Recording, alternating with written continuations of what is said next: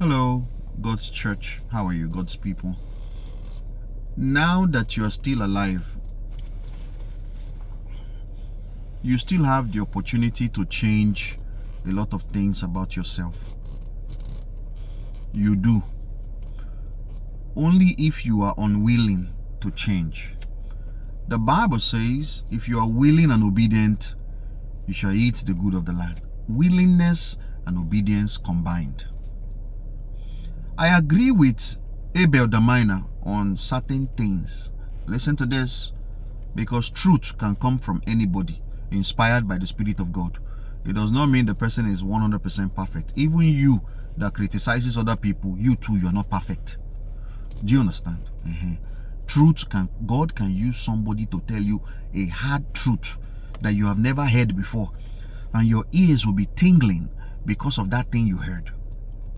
Like the days when God told me about the so-called end-time message churches. You are the one that came and lied that William Branham is this. You are the one that is lying about prophecy. You are the one that gave microphone to thieves to lead God's church. You are the one that gave anybody that finally summoned the courage to walk away from that confusion. You are also the one that want to destroy their lives. So I cannot stay with you. And when I leave, I also have another problem. Do you understand the type of confusion that is in this my generation? It was not God that created the confusion in church. God is not the author of confusion. It was humans.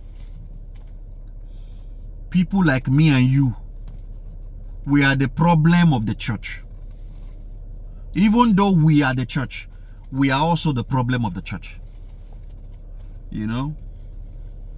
Explain to me all the evil that you see going on in the land in my generation. Just explain to me why there is a lot of murder, abortion. Explain to me all those things. Explain to me why churches would not talk about it. Explain to me why in this generation, it looks like when you are the person speaking about it, you will have 999 million people against you because you spoke up about something that they were not bold enough to talk about.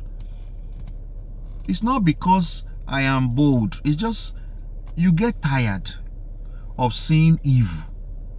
And one day, God will use your tongue to talk about it. Do you understand, child of God? The evil in my generation has become so much that I offend you, I will be the one to beg you. You offend me, I will also be the one to come and beg you. Do you understand that type of wickedness? Witchcraft in high places. Do you understand it? I say, I'm minding my business. I say, please leave me alone. Let me go to school.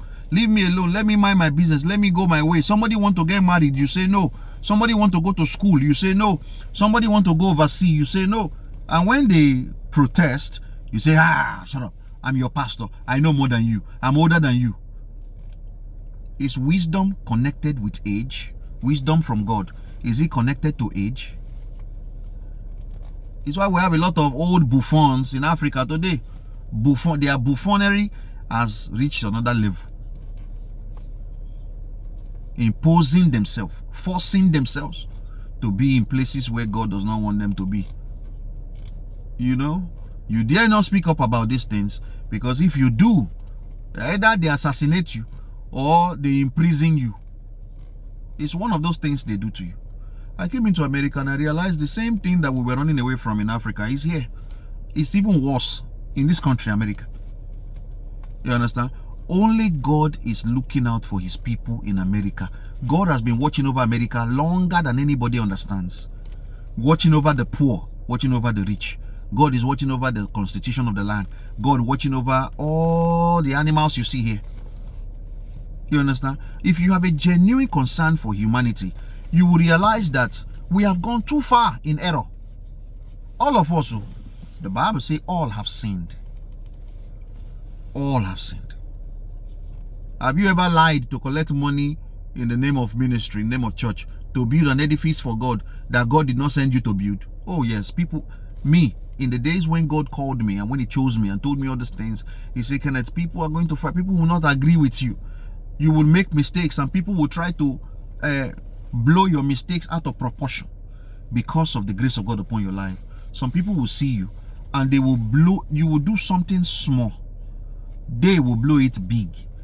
The enemy that is standing with them, they are co-conspirators, they are co-false prophets, co-false apostles.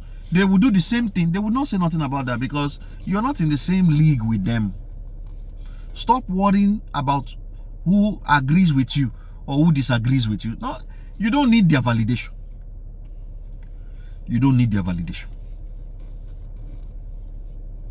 Somebody will be lying for 40, 50 years, for 60 years. They've been in the game, moving the goalpost.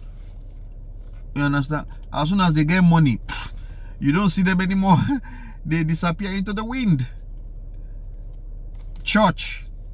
You understand? I don't let it bother me. I don't monitor anybody. You know, one time I heard somebody say, the more they hate you, the more they monitor you. Why do you hate somebody and you are monitoring the person? Why don't you just go your way? Why don't you leave the person alone? Why must you be all about my business? If I buy Coca-Cola, you know. If I buy Fanta, you know. If I sleep on the ground, you know. If I'm in anywhere I go, if I'm in bonds, you know. If I'm free, you know. Why are you so desperate to know everything that is going on in the life of righteous people? You understand?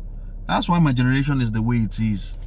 Because we continue to leave things the way it is. We avoid hard conversation, difficult topics. We avoid it. We are running away from accountability, responsibility. We are running away from it. Same thing in church. Somebody hold microphone. In those days, Satan wanted to finish everybody. I keep telling you, I say, God came and told me, say, this thing that you are seeing, you will not be the first generation to do it. Go and investigate scriptures. For those who believe God and believe the Bible, investigate the Bible. Generations after generation. In Ecclesiastes 1:4, the Bible says one generation cometh and another generation will pass away. This earth will abide forever. The people who were here before you, they were doing worse than you. And you know what happened, right? Because there's an end to everything. There's an end to manipulation. There's an end to deception. There's an end to deceit. There's an end to fraud. There's an end to malice. There's an end to all these things. Even the human life has an end.